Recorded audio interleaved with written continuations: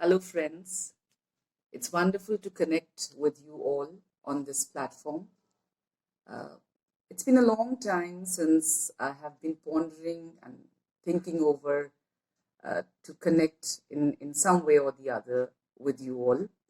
And by the way, I'm Purna. I am a teacher and I have been teaching English literature for almost 2 decades and more. And in literature, I find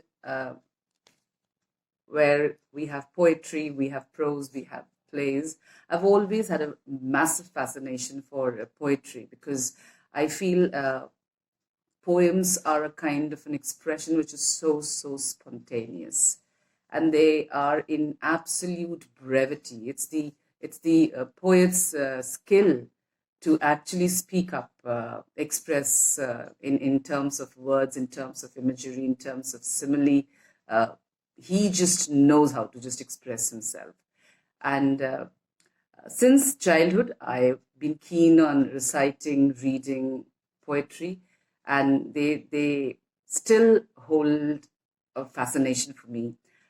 To recall, I remember reciting the poem Hero by Rabindranath Tagore, and later in life, to many of my students, I encourage them to read and understand it. Or for that matter, we have The Road Not Taken, we have the Daffodils, we have Maya Angelou's The Phenomenal Woman. I mean, the list goes on, and there are so many of them that are so beautiful in their expressions.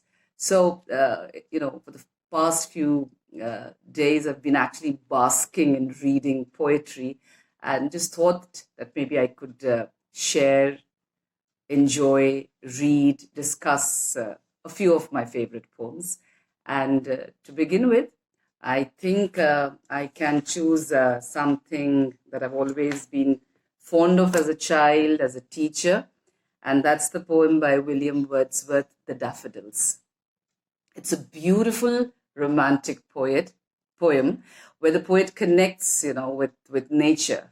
And it is so very relatable today because you see, we are living in noisy cities and busy schedules and unending workloads, and it's absolutely necessary to connect with nature.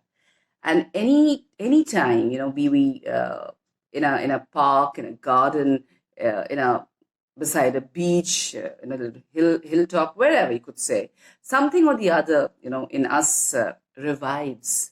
We somehow feel rejuvenated. And this poem, Daffodils, is exactly about that.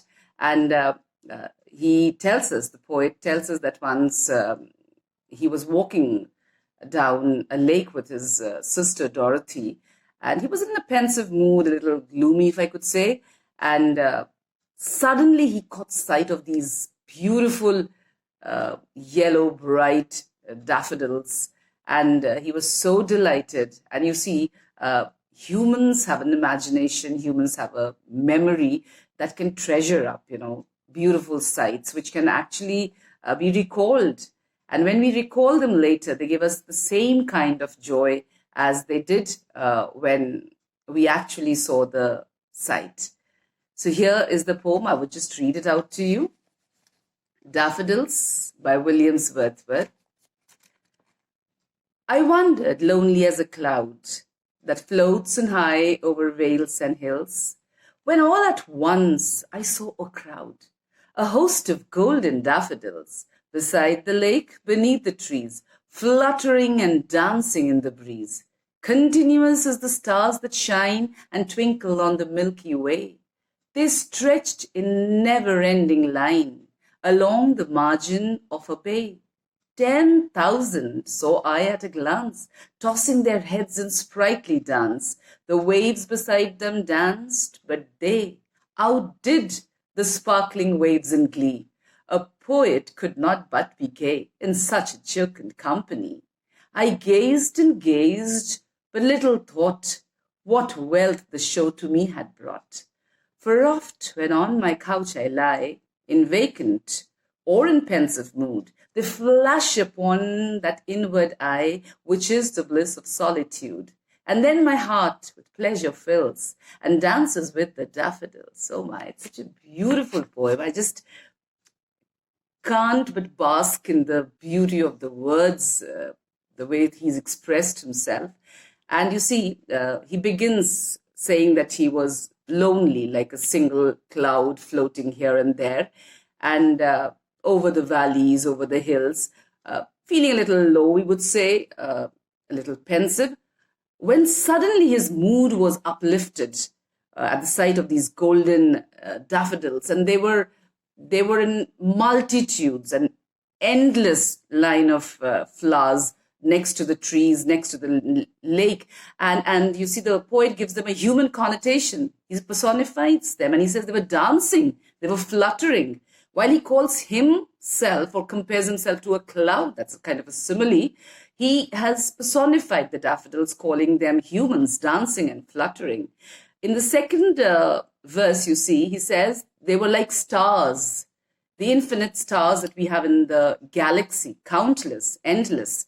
So he saw them, and he almost felt that he saw almost 10,000 at one go. And they were tossing their head. It was the breeze that touched them, and there was a rhythm. There's rhythm in nature. And you see how well Wordsworth connects. There are waves, there are daffodils, so human, all the elements of nature are in perfect communion. There's so much of an harmony. I mean, one is bound to be infected with the joy that is there in nature. In the third verse, he says, the waves that were there, they were also moving. They were moving, and they had a sparkle about them. But the daffodils outdid them. And he also compares the daffodils to jocund company, cheerful companions. He felt he was amidst wonderful, cheerful, gleeful companions. And he says he gazed and gazed. He just could not take his eyes off. He was mesmerized. He was enchanted. That scene was so captivating, so invigorating, I would say. And when he was looking at the daffodils, he was just soaking the beauty in. And he did not realize at that point of time what a treasure he was actually carrying with himself, which he would always recall and feel the same beauty and same happiness. In the last verse, the poet tells us, we can feel a kind of time gap years later. When on my couch I lie. We are humans, we can be in pensive moods. Some days are gloomy, some days are reflective, meditative. And that's when your memory, your imagination, which is almost like a treasure house, it suddenly lets out that stored image, that image of those daffodils. So similarly, Wordsworth, whenever he would lie in a sad, pensive mood, those flowers would flash upon his memory and his imagination, and he would be again delighted. And he says, and then my heart with pleasure fills and dances with the daffodils. His complete being is rejuvenated, he feels spirited.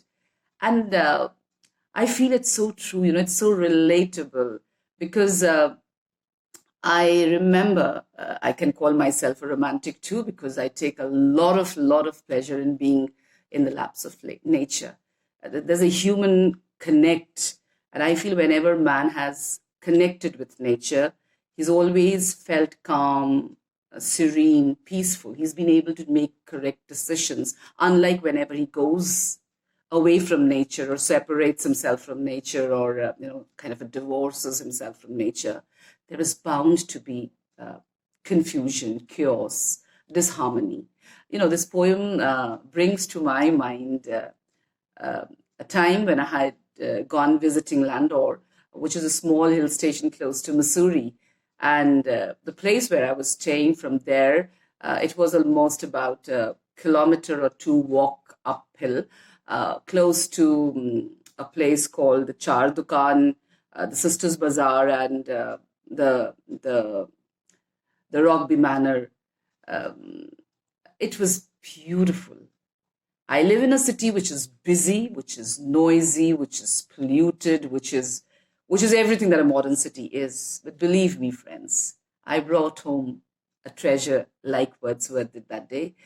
Beautiful journey. There was just greenery all over, the pine trees, the deodar trees, and the hills that had those little wildflowers blooming everywhere. I would just walk 2 steps and just stand and look up at the sky, the universe, thanking the universe for that beautiful sight.